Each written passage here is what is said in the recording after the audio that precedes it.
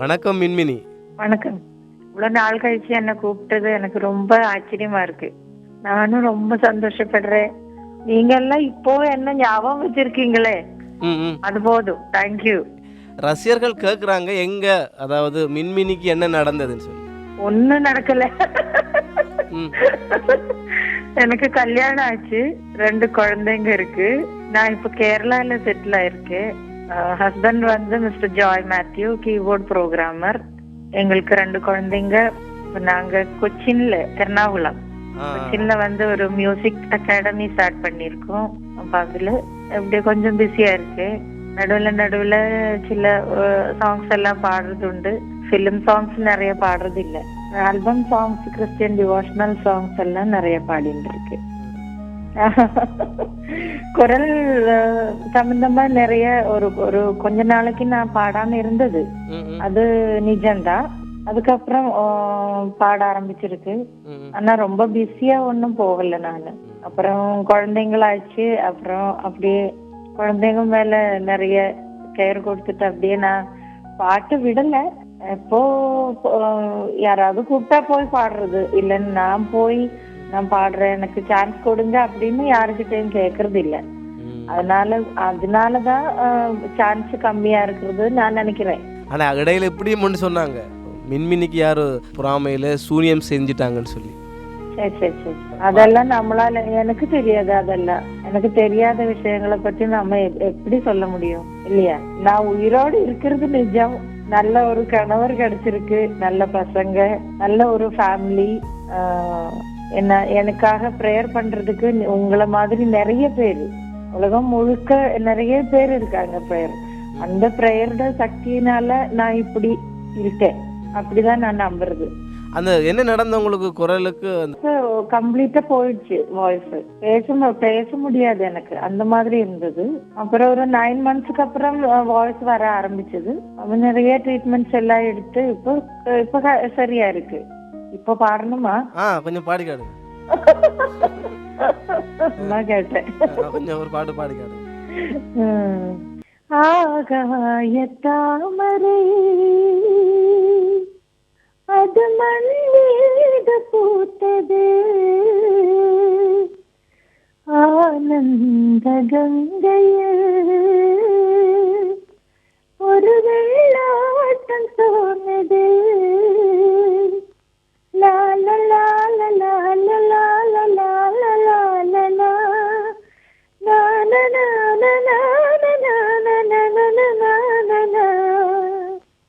போதுமா? நல்ல ஒரு பாடல். வரி மறந்துட்டு இல்லையா? ஆமா, ரொம்ப நாளாச்சு. உங்களுக்கு ஒரு ஆறுதல் இருந்திருப்பார் இல்லையா உங்களோட கணவர்? கண்டிப்பா. அவரு எங்க நல்ல டாக்டர் கிடைக்க எங்க இருக்குன்னு கேட்டாலும் அங்க கொண்டு போய் நல்ல ட்ரீட்மெண்ட் எடுத்து அவருதான் எனக்கு இப்ப மறுபடியும் பாடணும் சொல்லி இன்ஸ்பிரேஷன் கொடுக்கறது அவருதான். என்ன நடந்துன்னு சொல்லி உங்களை கண்டுபிடிக்க முடிஞ்சு உங்களோட குரலுக்கு? என்ன நடந்ததுன்னா செக் பண்ணி பார்த்தா ஒண்ணும் இல்லைன்றாங்க. குரல்ல எந்த மாதிரி பாதிப்பும் இல்ல. என்னன்னு தெரியல. நிறைய உடம்பு சரியில்லாம போச்சு எனக்கு. அது எல்லாத்தையும் சொல்ல முடியாது இல்லையா? இப்போ ஓகே தானே? நல்லா இருக்கு. என்ன நினைக்கும் போதெல்லாம் நீங்க எல்லாம் ப்ரே பண்ணுங்க. எனக்கு உலகத்துல நிறைய இடத்துக்கு போயிருக்கு. எனக்கு ரொம்ப பிடிச்ச ஆடியன்ஸ் இருக்கிற இடம் இலங்கை. நான் எங்க போனாலும் அது சொல்லுவேன். அந்த ஸ்டேடியத்துல பாடும்போது உங்கள்கிட்ட இருந்து கிடைக்கிற அந்த என்ன ஒரு இன்ஸ்பிரேஷன், அது என்னால சொல்ல முடியல. எங்க போனாலும் அந்த மாதிரி ஒரு ஆடியன்ஸ் நான் பார்த்ததே இல்லை. அந்த அளவுக்கு என் மேல பாசமா இருந்தது. என்ன நிறைய என்கரேஜ் பண்ணிருக்கீங்க நீங்க எல்லாம். இப்போ கூட எத்தனை வருஷம் கழிச்சு நீங்க என்ன ஞாபகம் வச்சு என்ன போன்ல கூப்பிட்டதுக்கு நான் எத்தனை நன்றி சொன்னாலும் போதாது. தேடலுக்கு பலன் கிடைச்சிருக்கு, அவ்வளவுதான். தேங்க்யூ. மற்றது நீங்க தமிழ் சினிமாவில் ஒரு 100 பாட்டு பாடிருப்பீங்க இல்லையா? 500க்கு மேல இருக்கும் தமிழ் மட்டும். அப்ப உங்களுக்கு முதல் சந்தர்ப்பம் தந்தது ஏஆர் ரஹ்மானா? இல்ல, இளையராஜா சார். ஓ, என்ன பாடல்? லவ் பண்ண ஸ்டவ், லவ் மண்ணெண்ண ஸ்டவ், ஒரு உள்ளத்தை தவ், வானத்தில் தவ், அந்த பாட்டு. அப்போ நீங்கள் கேரளாவிலேருந்து எப்படி சென்னைக்கு வந்தீங்க? கேரளால இருந்து நான் இங்க சின்ன வயசுல இருந்து நிறைய ப்ரோக்ராம்ஸ் எல்லாம் பண்ணிட்டு இருந்தேன். அப்போ பிளேபேக் சிங்கர்ஸ் சென்னையில இருந்து ஜெயச்சந்திரன் சார், உன்னிமேனன் சார் அவங்க எல்லாம் வரும்போது நான் தான் கூட கச்சேரிக்கு எல்லாம் போயிட்டு இருந்தது. அப்போ ஒரு நாளைக்கு ஜெயச்சந்திரன் சார் தான் இளையராஜா சார் கிட்ட என்னை பத்தி சொல்லி நானும் அப்பாவும் இங்க இருந்து போய் ராஜா சார் கூப்பிட்டதுனாலதான் நான் சென்னைக்கு வந்ததே. வந்து ராஜா சாரை பார்த்து ஜெயச்சந்திரன் சார் எங்களை கூட்டிட்டு போய் ராஜா சாரை காட்டி அங்க வாய்ஸ் டெஸ்ட் எல்லாம் பண்ணி அன்னைக்கே எனக்கு இந்த பாட்டு கொடுத்தாரு. அதுல இருந்து நிறைய ராஜா சாருக்கு நிறைய பாடி இருக்கு. தேவா சாருக்கு, S Rajkumar sir, Vidyasagar sir, Shankar Ganesh sir, Chakravarthy sir, Rajkoti sir, AR Rahman sir, அப்படி நிறைய நிறைய நிறைய பேருக்கு பாடி இருக்கு. ஏஆர் ரஹ்மானுக்கு நீங்கள் முதல் பாடின அந்த ரோஜா படத்தில் இடம்பெற்ற சின்ன சின்ன ஆசை பாடல் எப்படி சந்தர்ப்பம் கிடைத்தது? அது ரஹ்மான் சார் நிறைய ரெக்கார்டிங்ஸ்ல பாத்திருக்கேன். அப்பதான் நான் போகும்போதெல்லாம் அவரு கீபோர்ட் ப்ரோக்ராமர் அங்க ராஜ்கோட்டி சார் கிட்ட. அப்போ என் வாய்ஸ் கேட்டிருக்கு அவரு. அப்படி ஒரு நாளைக்கு இந்த சான்ஸ் வந்த உடனே இந்த அர்ஜுனன் மாஸ்டர் தெரியுமா, அது ரஹ்மான் சாரோட அப்பா ஒரு நிறைய மியூசிக் டைரக்டர்ஸ் கிட்ட அசிஸ்டண்டா வேலை பண்ணிருக்காங்க. மியூசிக் அசிஸ்ட் பண்ணிருக்கு அப்போ எல்லாம் பழைய காலத்துல.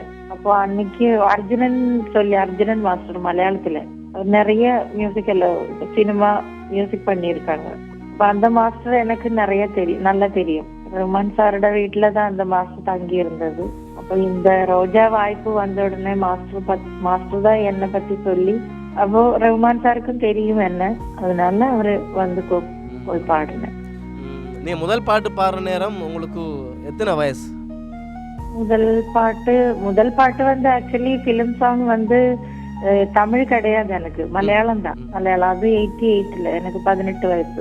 91ல தான் ராஜா சார் கிட்ட வந்தது. அதுக்கப்புறம் நிறைய பாட்டுகள் ரொம்ப நிறைய பாடி இருக்கு. 91ல இருந்து நான் ஸ்ரீலங்கா வந்துட்டு இருக்கேன். ஆமா, 91ல Jayachandran sir, Malaysia Vasudevan sir சேர்ந்து ஒரு ப்ரோக்ராம் இருந்தது. அன்னைக்கு நான் தான் கூட வந்தேன். அதுதான் இலங்கை ஃபர்ஸ்ட் ப்ரோக்ராம் என்னோட. சோம் இல்லாம போனதுக்கு பிறகு நீங்க தமிழ்ல என்ன ஒரு பாடும் பாட இல்ல? சோம் இல்லாம போனதுக்கு அப்புறம் தமிழ்ல பாடி இருக்கு. ரஹ்மான் சாரோட பாட்டு பாடி இருக்கு. கண்ணத்தில் முத்தமிட்டால் பிலிம்ல சட்டென்னு நனைந்தது நெஞ்சம். அது ஆடியோ சிடில கிடையாது அந்த பாட்டு, ஆனா படத்துல வருது. அதுக்கு பிறகு நனைந்தது நெஞ்சம், கற்கரையானது கண்ணீர், இன்பம் இன்பம் ஒரு துன்பம், துன்பம் எத்தனை பேரின்பம், அந்த பாட்டு. இப்ப நீங்க தமிழ் சினிமாவுல பாட கூப்பிட்டா போய் பாடுவீங்க இல்லையா? கூப்பிட்டா பாடுறேன். என்ன அந்த மாதிரி வாய்ப்பு ரொம்ப கம்மி. என்ன நிறைய சிங்கர்ஸ் இருக்கு, இப்போ நிறைய சிங்கர்ஸ் வந்திருக்காங்க. அப்போ நியூ ஜெனரேஷன்ஸ் நிறைய இருக்கு. அதனால வாய்ப்பு எல்லாருக்கும் ஸ்பிளிட் ஆகுது இல்லையா நிறைய பேருக்கு. அன்னைக்கெல்லாம் எனக்கு ஒரு நாளைக்கு 10-12 பாட்டெல்லாம் நான் பாடி இருந்த டைம் இருக்கு. இப்போ ஒரு சிங்கருக்கு மாசத்துல 2 பாட்டு அந்த மாதிரிதான் கிடைக்குது. என்ன நிறைய சிங்கர்ஸ் வந்துருச்சு. என்றாலும் நீங்கள் ஒரு தனித்துவமான ஒரு பாடகிங்கிறத நிரூபிச்சிட்டீங்க இல்லையா? அது கடவுளுடைய சித்தம். நீங்க பாடின பாட ரொம்ப பிடிச்ச பாட்டு எனக்கா? எனக்கு எல்லா பாட்டும் பிடிச்சதுதான். ரொம்ப ரொம்ப பிடிச்ச பாட்டு சின்ன சின்ன ஆசை கண்டிப்பா பிடிக்கும். அப்புறம் இளையராஜா சார் கிட்ட நிறைய நல்ல நல்ல சாங்ஸ் பாடி இருக்காங்க சார். நீங்க பாடின பாடல உங்களோட கணவருக்கு பிடிச்ச பாட்டு என்ன? கணவருக்கு நிறைய பாட்டு பிடிக்கும். இந்த முத்தாலம்மா சாங் கேட்டிருக்கீங்களா? முத்தாலம்மா என் முத்தாலம்மா, இந்த முத்தையகன் பக்கம் வர கண் பாரம்மா, இந்த பாட்டு. அப்புறம் தெய்வமே தேரில் நின்ற கீதை ஒன்று படைத்தாய், அந்த பாட்டு. நிறைய இருக்கு, நிறைய அவருக்கு பிடிச்ச சாங்ஸ் இருக்கு. நீங்கள் அதிக பக்தின்னா என்ன இப்போ உயிரோட இருக்கிறதுக்கு காரணமே கடவுள் தானே. எனக்கு எது கிடைச்சிருக்கோ அதுக்கெல்லாம் காரணம் அவர் தான். நான் அந்த மாதிரி டவுனா இருந்த ஒரு நிலைமையில இருந்தது. அதுல இருந்து இது வரைக்கும் காப்பாத்தி என்ன வழி நடத்துறது வேற யாரும் கிடையாது, அந்த சக்தி தான். மற்றது அப்ப நீங்க சோம் இல்லாம இருந்த நேரத்துல உங்களை நிறைய பேர் நலம் விசாரிச்சிருப்பாங்களே, நான் யாருக்கிட்டயும் அப்ப நிறைய போன்ல காண்டாக்ட் பண்றது அதெல்லாம் இல்ல. அப்போ இந்த அளவுக்கு மொபைல் போனும் கிடையாது இல்லையா. அப்போ என்ன நிறைய ஒரு ஃபேமிலி இருக்கு. அது ஒரு பெரிய சிங்கரோட ஃபேமிலி. அந்த சிங்கர் நம்ம மனோ அண்ணா, மனசாரு வைஃப், அவங்க அக்கா, அந்த ஃபேமிலி தான் எனக்கு ஒரு பாதுகாப்பா இருந்தது. அப்போ அவர் நிறைய என்ன ஹெல்ப் பண்ணிருக்குன்னா, எப்படின்னா அவங்களோட பசங்களுக்கு இந்த மாதிரி ஒரு சுகம் இல்லாம வந்தா அவங்க எப்படி பாத்துப்பாங்க, அதே மாதிரி என்ன ரொம்ப கேர் பண்ண ஒரு ஃபேமிலி மனோசாரோட ஃபேமிலி. அதனால மறக்கவே முடியாது. இப்ப கூட சென்னைக்கு போனா நாங்க மனோ அண்ணா வீட்டுலதான் தங்குவேன். பசங்களோட போனாலும் அங்க போய் தங்கி 2-3 நாள் இருந்துட்டு தான் வருவேன். நீங்க ஒரு ஸ்ரீலங்காக்கு வாங்கல? ஸ்ரீலங்காக்கு நீங்க கூப்பிடுங்க, நான் வரேன். கண்டிப்பா வாங்க, நான் கூப்பிடுறேன். ஒரு ப்ரோக்ராம் எல்லாம் கண்டக்ட் பண்ணி என்னோட பையன் கிட்டார் எல்லாம் பிளே பண்ணி பாடும், பொண்ணும் பாடும். எங்க ஜீவனே மியூசிக். மின்மினின்னு சொல்லி யார் பேர் வச்சாங்க? இளையராஜா சார். என்னோட ரியல் நேம் ரோஸ்லி. வீட்டுல மினின்னு செல்லமா கூப்பிடுவாங்க எல்லாரும். அப்போ அந்த பேரு ஸ்டேஜ் ஷோஸ் எல்லாம் மினி சொல்லிதான் என்ன கூப்பிட்டுட்டு இருந்தது. அப்ப ராஜா சார் கிட்ட வந்த உடனே பேரு கேட்டா என்ன மினி அப்படின்னு சொன்னா, சாரு மினியா, மினி அந்த பேரு வேண்டாம், நான் வேற பேர் உனக்கு கொடுக்குறேன். 2-3 நாள் கழிச்சு எனக்கு மின்மினின்னு சொல்லி பேர் வச்சாங்க. மினி பூச்சி. அதனால நீங்க இவ்வளவு பிரகாசமா இருக்கிறீங்க, நல்லா அழகா சிரிக்கிறீங்க. இப்படிதான் சிரிப்பேயே. படிச்சதெல்லாம் என்ன? நீங்க படிச்சது கேரளால தான். +2 முடிச்சு மியூசிக் BA பண்ண போனேன். ஆனா அங்க கம்ப்ளீட் பண்ண முடியல. அதுக்குள்ள ராஜா சார் கிட்ட வந்துருச்சு. உங்களோட அந்த பரபரப்பாக இருந்த அந்த காலத்தை திரும்பி பார்க்கும் போது என்ன தோணுது உங்களுக்கு? ரொம்ப சந்தோஷமா இருக்கு. ஏன்னா எல்லோருக்கும் கிடைக்காதது இல்லையா அது. நிறைய பேரு நல்ல சிங்கர்ஸ், நம்மளை விட எல்லாம் நல்ல சிங்கர்ஸ் இருப்பாங்க, அவங்களுக்கு வாய்ப்பு கிடைக்கலையே. நம்மள கடவுள் தேர்ந்தெடுத்து நம்மளுக்கு அந்த மாதிரி வாய்ப்பு கொடுத்தது நினைச்சு பார்க்கும்போது கடவுள்கிட்ட நிறைய நன்றி இருக்கு. என்ன ரொம்ப சந்தோஷமா இருக்கு. ஒரு பெரிய விபத்துல இருந்து நீங்க மீண்டு வந்திருக்கிறீங்க. ஆமா, கண்டிப்பா. உங்களுடைய ரசிகர்களுடைய ஒரு பிரார்த்தனையாக கூட இருக்கலாம் இல்லையா? நான் கண்டிப்பா அப்படிதான் நான் நினைக்கிறது. ஏன்னா என்னோட ரசிகர்களோட பிரேயரும் கணவருடைய துணையும் இப்போ நான் இந்த மாதிரி இருக்கிறதுக்கு காரணம்.